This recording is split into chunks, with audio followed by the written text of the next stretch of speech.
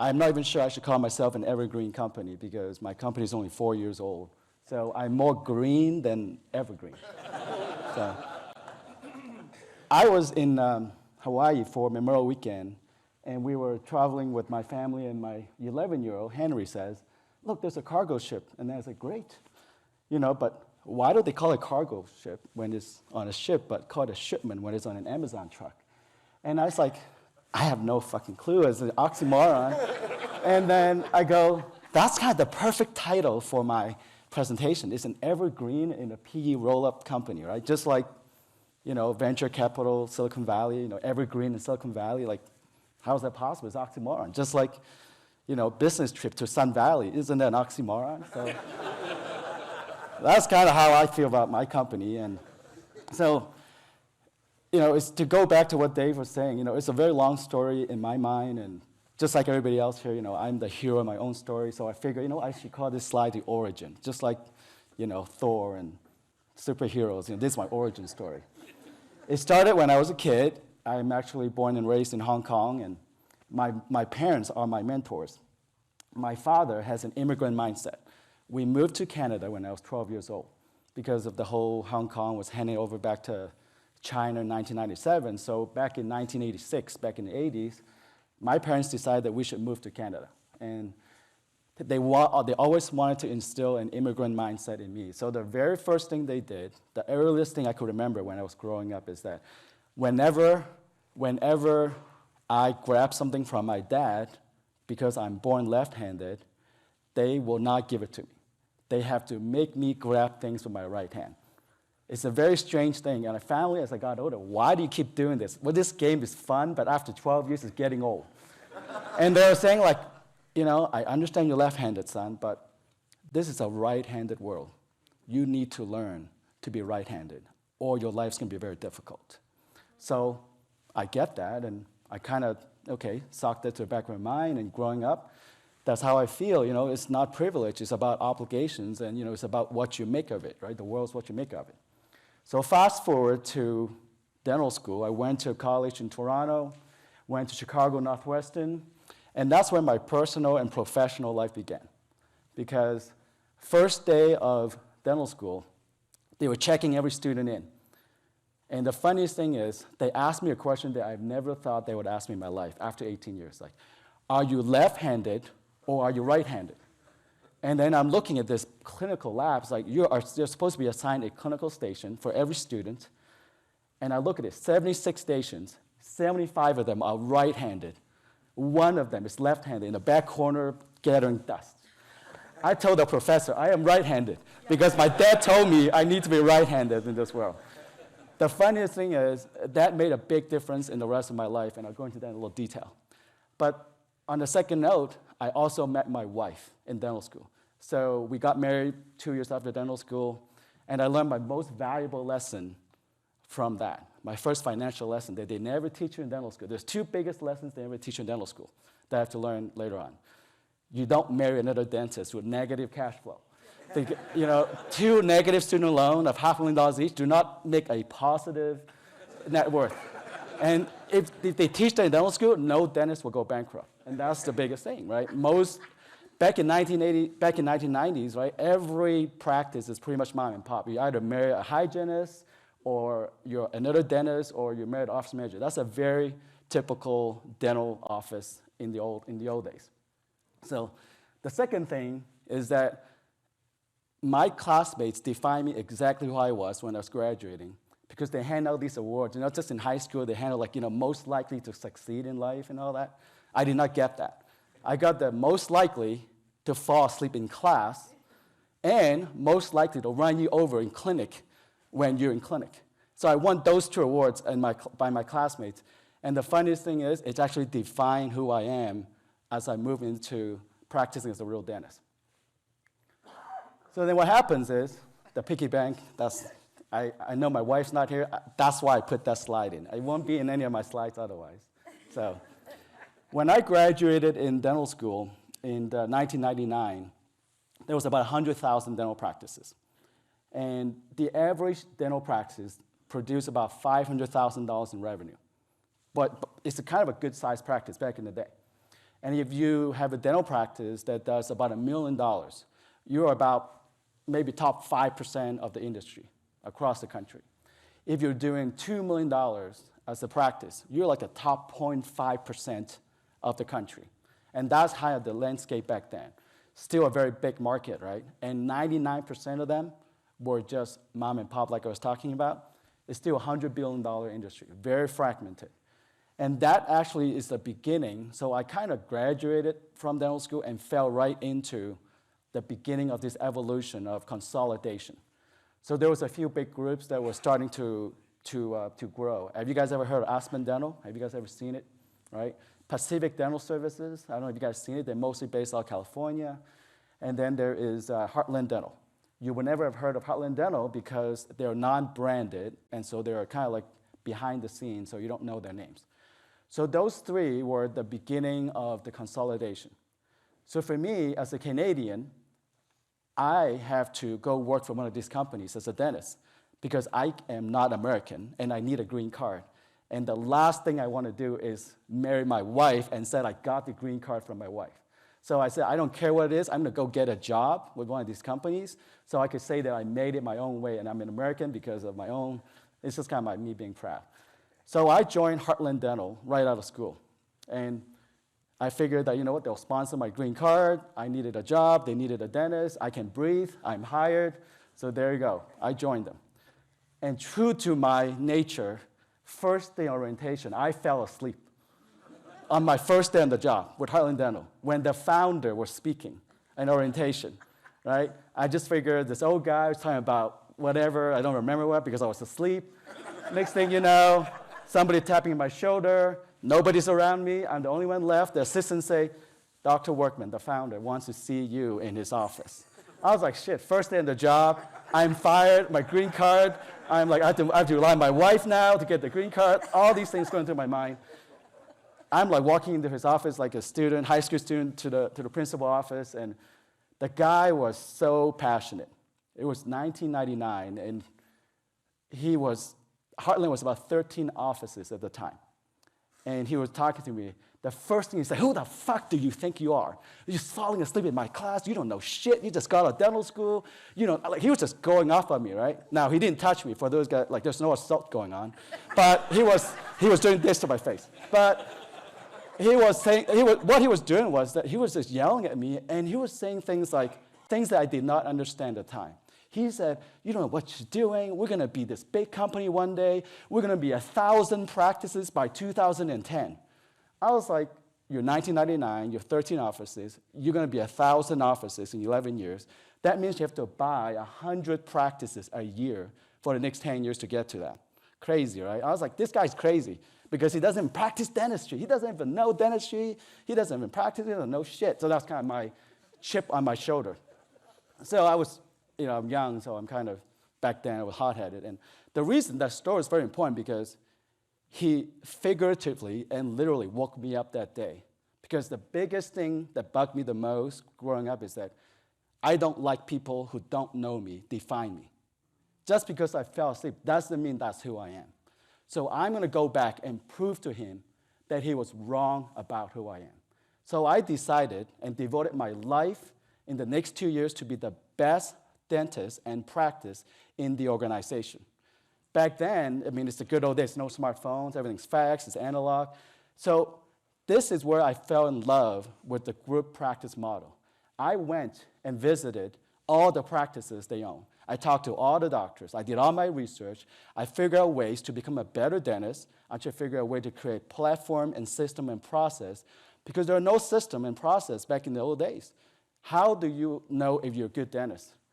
I say that I am, then therefore I am, right? Because I'm the boss of my own office with 5 women. That's another thing they don't teach in dental school, is how to work with 9 women as a man. So that was something that I had to learn too, right? But that was the thing about the good old days, is that you have to figure it yourself. And I was like, well, maybe we should try calling the patient if they don't show up. Oh, that's just eye-opening, right? Nowadays, common. Maybe we should reschedule the patient before they leave the office instead of waiting them to call you. So it's just very basic, creating like a basic process or system. So a year later, I did $1.7 million in revenue. Just like I said, back in the day, if you do $1 million, you're like 5%, you do 1.7, you're like top 1%. So here I am, 1 year later, I am doing this $1.7 million in my practice out of school 1 year. And I was not even the best, most productive practice in the organization. Somebody else did $2 million. So second year comes around, I did $2.1 million. So there's like, I was the best office in the company. By then, Heartland has bought another 15 offices. They were self-funded at the time, so they were just buying them. The arbitrage was very different back in the day. You want to buy a practice back then, 2-3 times multiple EBITDA is all you buy. It's very cheap because there's no concept of value. They just go by revenue. If you do $500,000, 80%, whether you're profitable or not, that's kind of the value you pay, right? So I was in $2 million. And there's my revenge plan. And the reason for this story, because I actually wrote a letter to Dr. Workman that laid out all the things that you wronged me. And when I was going to go to this company meeting, and I was going to make this announcement with everybody, right, this company-wide meeting, and say, you know, this is what happened, look at me now, right? This is a 25-year-old immature, hormonal, raging, emotional story. The meeting came. I had my speech in my chest pocket. The announcement came. I went on stage. I got my award. I pulled the speech out. And it was really that moment I realized that what he had done for me, right? I wouldn't even be standing here if he didn't wake me up that day. It was like tough love, right? We talked about tough love yesterday. It's kind of like a tough love. He was not kind and gentle to me, but he was the kind that made you tougher. It made me push myself to the limit without me knowing it. So at that moment, I folded the speech back out and put it back in my pocket, and I thanked him for the opportunity. I thanked my team, and I never said that speech out loud. But afterwards, like, I just can't let this go. You know, I just can't. So I sent him the speech that night in the letter, and what happened was, like, that connected me to the founder. We became good friends and mentor. And he said, did you know what you've done? I said, no, what do you mean? If you have created systems and processes nobody's ever done in this industry, if you could convert that into a training program for all the doctors and all the offices and everybody else, and even if they were half as successful as you are, the company will be twice as successful as a company. So I became the first significant partner in Heartland Dental at that moment, and I became the first clinical director, and then I worked there for 18 years ever since. 18 years in this company. And the letter is still framed in his office till today in Effingham, Illinois. That's the headquarters, Effingham, Illinois. And you say, where is Effingham, Illinois? It's effing nowhere. That's where it is.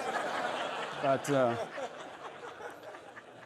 then I was happy doing my job. I was creating this clinical platform process. I'm basically what you call the chief clinical officer for a company, right? I'm the chief advocate for doctors. So that means that I create trainings, I invest in people, I invest in continuing education, I do product recommendations, I work on procurement, I create a mentoring program, all the things that we talked about here, being people first, focus on building, and I've coached and trained hundreds and thousands of dentists over 18 years. That was great, life was good for about 5 years. Then the founder decided to sell to private equity. So I then, just like Dave says, 18 years later, we went through 5, about to be on 6 transactions, averaging 2.8 years every transaction. So you're either right before you're in a transaction, or you're right after a transaction. That's how the life was. At first, we're like, oh, okay, we don't know shit, okay? We're just small-town Effingham folks. Maybe we need to learn some fiscal discipline, right? Okay, fine. Fiscal responsibility, shareholder value, EBITDA, same-store sales. So all these financial language are very new, and they start to trickle down to the offices. I still remember the first board meeting with the first private equity firm. We presented our plans, and it was growing aggressively because valuation was very low, and the company was growing at 20% a year anyways. So we presented our plans, and they just throw the window. The first day they go, how about this? Forget what you say. I want to challenge you guys. Let's just forget this 23% growth crap. I want you to triple that today. In 1 year, they want to triple. So they want this. So this is, I didn't know it then, but this is what the growth at all costs mindset began. It was like triple the growth. You can always buy more practices, faster than you can grow people. But it was growth at all costs. So that was the beginning of what I first-hand glimpsed into. What does it mean to work for a private equity-run company? So the change from pull to push. What that means is we used to be pulling people along with us, right? We do recommendations, we guide people, we train people, we give people preferred choices. So now is we mandate things, we put formularies in place. Choice becomes false choice, right? We used to be doctor-led, doctor is the main leader in the practice, to manager-led. Now 25-year-old MBA are the leaders of the practice, right? All the doctors. Can you imagine the dynamic of 25-year-old telling a 45-year-old doctors that they, what to do when they know absolutely nothing about dental offices? So that dynamic was kind of sifting through all the way from the top down. So we're pulling to pushing. So we're commoditizing people, short-term mindset. So that means that, hey, if it's anything that we need to put money in that is beyond our exit horizon, let the next buyer do it. So I realized from then on, like, a bunch of short-term mindsets do not equate to a long-term mindset, right? I'm learning my additions, subtractions, trying to learn my business. But the arbitrage is huge. So the rise of the private equity is crazy. So if you look at the arbitrage, even till today, the entry multiple to buy a dental practice is average about 5 times. The exit multiple is easily 15 times multiple today. It's 3 times that, right? The pandemic had caused quite a pent-up demand and supply situation. If you were wanting to sell your practices in 2020 and you wait till 2021, 2022, you're like, oh, there's a lot of supplies. And then the private equity, shit, I just got 2 years less to buy practices. If I can get out, I need to make up for lost years, so I'm paying crazy multiples. So it's kind of feeding frenzy going on in the dental space right now. So then I was like, okay, this is not going to work. I've been doing this, and I'm beginning to find myself in a moral dilemma. I am, on the one hand, I'm the chief clinical officer. I am supposed to advocate for the doctors. I'm hearing the concerns and things like that. I'm bringing to the executive team, and my words are just keep falling on deaf ears. Then, on the other hand, I'm supposed to represent the executive team and tell the doctors, translate what they want them to do in words that doctors can understand, basically telling them to do without telling them what to do. And so I'm like doing this, like on the one hand, I'm telling them what I'm supposed to be, and I feel like I'm not telling them the truth, and I'm trying to tell them, and I'm just caught in the middle. So I'm just gonna go. I just can't stay here anymore. So funny thing is, I was thinking about leaving in 2017, and we're running through a process, another recap, and I knew that it was coming up. So I was thinking about leaving, and funny thing is, they sold to KKR, Jane. So in 2018, they sold to KKR, and I left the company, and I took the opportunity to recap half my holdings because I needed a seed fund. At the time, I have a lot of self-doubt because I can I do it, cannot do it? So I took half my holdings, so I used a combination of personal equity and bank debt to start my company. And then I couldn't figure out what to name my company because I just don't want a name like Heartland Dental or Pacific Dental or Aspen Dental because I realized it's about getting better, not getting bigger. So I do not want a name that's got geographical reference to it because I'm not talking about world domination. I don't want ever to be in the top 10 list. So I want to be about something that's meaningful to me. So it was 2018. My Henry was 7 years old at the time. So this is a father and son trip of him when he was about 8 years old. It was a father and son trip what that means is a year of Boy Scouting in 3 days. And that's what they do. And he was having a meltdown, obviously. A year of Boy Scouting in 3 days, of course, you're going to get a meltdown. I took a picture of the meltdown because I thought it was fascinating. So he came to me on his 7th year birthday with a 7-Up. And he said, can I have it? She said, can I have it? I said, sure, you can have a 7-Up. Why not? You drink soda all the time, even though you're a dentist's son, but you drink soda all the time. And I got, well, go ahead. And I said, why are you asking me? He said, well, I turned 7 now. It's a 7-Up. So I realized I'm old enough to drink this. So I am 7 Up. I'm old enough to drink 7-Up. So this is my first, he waited his whole life for this. So, okay, so he can drink 7-Up. But I was like, that's the idea. It's about the kids. I want to work for my children and not for private equity firms. So therefore, this is my legacy. So that's why the name SOH Dental came into play. It's the initials of my 3 sons, Simon, Oliver, and Henry. And that's why we did it. And of course, it's about helping doctors and offices leave their legacies. So we wanted to be people first. And in 2019, we actually, fallen into an introduction to Dave and Spencer. And that's how we met Tugboat. And realized, oh my God, you mean there's other people that do things differently? Because I thought this is the only way. You mean there's actually a better way to do this? So that's like, oh my God, I'm pretty excited about it. So it's a lot of validation of what I believe, because I was running away from something. I wasn't sure what I was running towards, and I think Evergreen gave me guidance of where to run towards. So the first year was interesting. It was like, we don't know what we're doing. I took the core team with me of 3 people from Heartland, and we started SOH Dental. And we figured if we're going to grow by buying practices and managing a group, because I believe in the group practice model, we need to get good at it.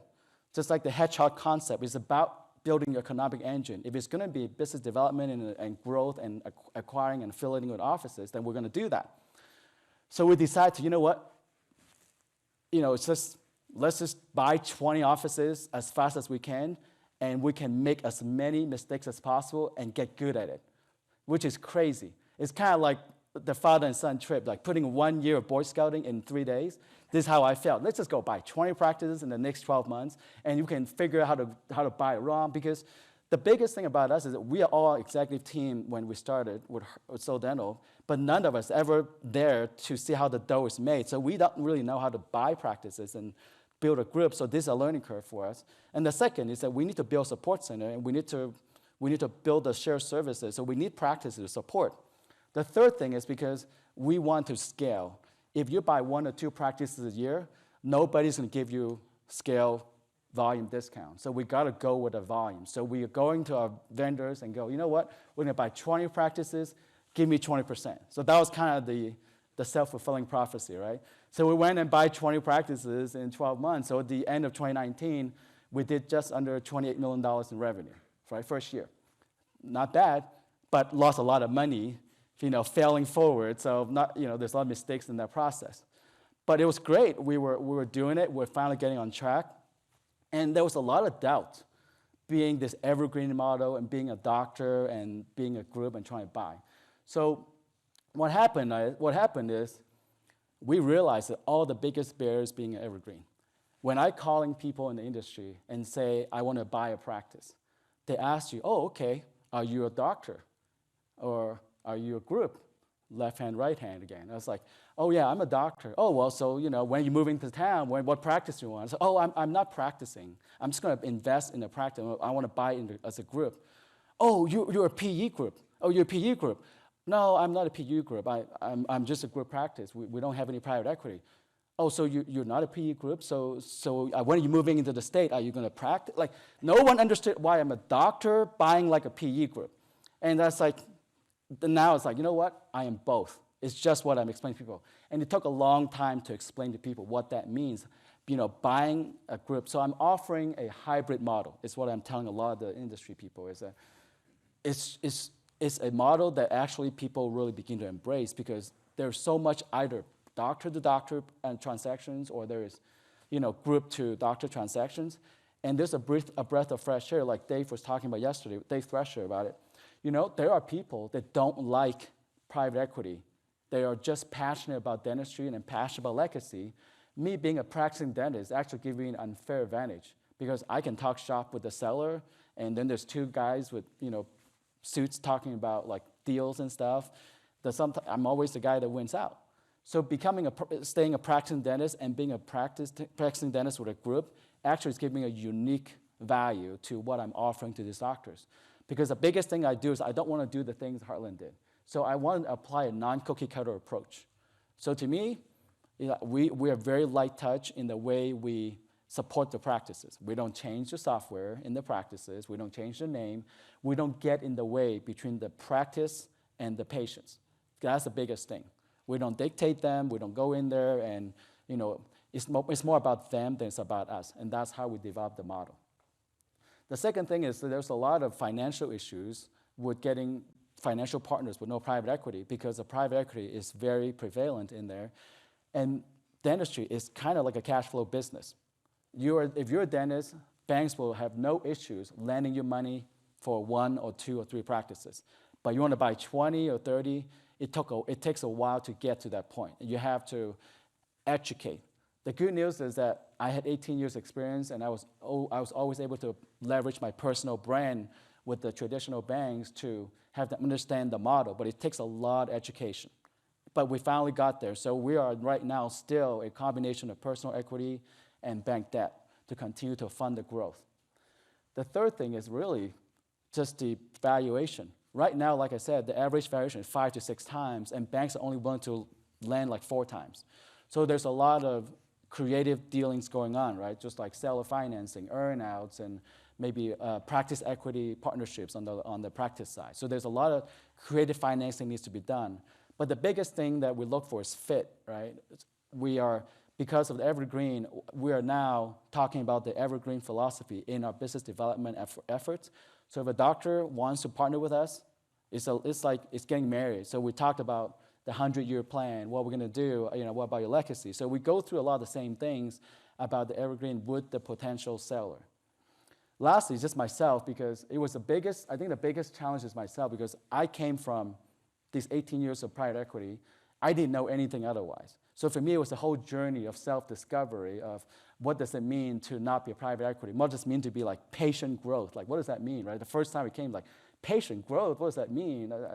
It doesn't work. So I had to decouple my identity with growth because I was so used to identifying myself with the growth of the company, whereas now I have to figure out how to unscramble scrambled eggs. So I mean, that's kind of in short what that meant to me. And I don't know what my next step is because, like I said, I'm only 4 years into my Evergreen journey. So I think the biggest I guess one word to sum it up for the next generation is perseverance. How do I persevere through the ups and downs? So I'm excited to be here and share just a quick high-level story of who I am and what we've done so far. But I'm learning more from you guys than you're from me. Just like Peter said, like, you're talking, you're not learning. So I don't know why I'm talking so much. I should be sitting there listening to you guys. So thank you very much. I know I'm over my time, so I appreciate it. Thanks.